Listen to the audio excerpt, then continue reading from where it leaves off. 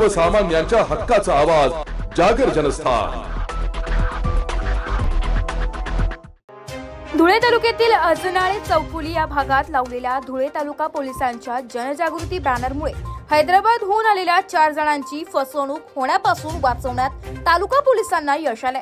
सध्या सोशल मीडियावर दुप्पट पैसे मिळवा अशा आकर्षक रीलच्या माध्यमातून सेकंड हँड करन्सीच्या नावाखाली फसवणूक करणाऱ्या टोळ्या सक्रिय झाल्या। ही फसवणूक रोखण्यासाठी धुळे तालुका पोलीस ठाण्याचे प्रभारी परिवीक्षाधीन पोलीस उप अधीक्षक सागर देशमुख यांनी जनजागृतीसाठी बॅनर लावले।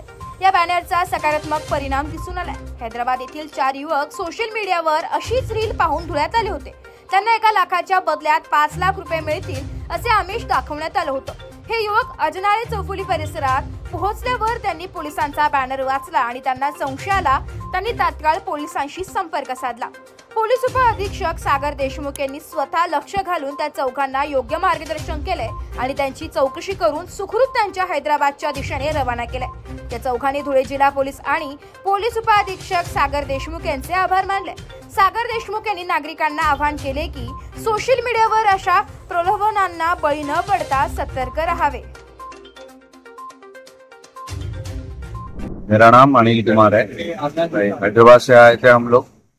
इंस्टाग्राम में एक फेक नोट्स की वीडियो देख के 1 लाख के 5 लाख बोले थे वो लोग। वो लालच में आए थे और इधर आने के बाद पोस्टर देखा था।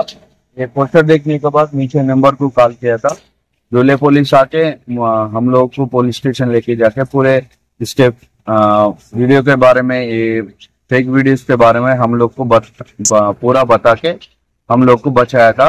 इस टाइप ऑफ वीडियोस देख के मत आना इधर, तो लालच में मत पड़ना। Thank you Dhule police. जय हिंद। मी probationary DYSP Sagar Deshmukh, Dhule taluka police station in charge.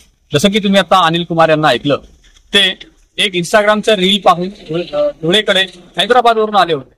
त्या इंस्टाग्रामवर दिलेल्या नंबरला त्यांनी फोन केला असता त्या नंबरने यांना सांगितलं की आमच्याकडे सेकंड हँड करन्सी मिळते, 1 लाखाची आम्ही तुम्हाला 5 लाख रुपये देऊ। तर त्यांच्या या लालचमध्ये हे फसले आणि 1 लाख रुपये घेऊन धुळ्याकडे आले होते। धुळ्यातील अजनाळे या गावाकडे आल्यानंतर त्यांना आम्ही लावलेले हे पोस्टर्स दिसले। पोस्टर्स त्यांनी वाचले, त्याच्यामध्ये कॉन्टॅक्ट नंबर दिला होता, त्याच्यावरती आम्हाला त्यांनी कॉन्टॅक्ट केला। त्यानंतर आम्ही त्यांना भेटून पोलीस स्टेशनला घेऊन गेलो, त्यांना या स्कॅम बद्दल डिटेल सांगून दिलं। त्याच्यावरती त्यांचा विश्वास बसला। त्यांनी आणलेले पैसे आम्ही त्यांना परत देऊन सुखरूपपणे त्यांना परत पाठवत आहोत। तर मित्रांनो, अशा प्रकारचे रील्स पाहून तुम्ही या लालचमध्ये येऊ नका। तुम्हाला धुळे तालुका पोलीस स्टेशनच्या अंतर्गत येणारे अजनाळे, हेंकळवाडी किंवा जामदा या ठिकाणी तुमची लूटमार होऊ शकते। तर सावधान राहा, सतर्क राहा। जागर जनस्थान करिता प्रतिनिधी रूपक बिरारी, धुळे। आपल्या भविष्यासाठी आपण जागरूक होऊन पाणी वाचवणं आवश्यक आहे। पिण्यासाठी साठवलेले पाणी न फेकता त्याचाही वापर करावा। पाणी शिळे होत नाही। कपडे धुताना, हात धुताना, दात घासताना आणि दाढी करतेवेळी पाणी वाया जाणार नाही याची काळजी घ्या। झाडांना पाणी घालतेवेळी झारीचा वापर करा। वाहन धुताना बादली किंवा मगचा वापर करा। पाण्याची बचत करणं ही आपल्या सर्वांची जबाबदारी आहे, कारण पाण्याचा एक एक थेंब अमूल्य आहे। नाशिक महानगरपालिकेच्या वतीनं जनहितार्थ प्रसारित।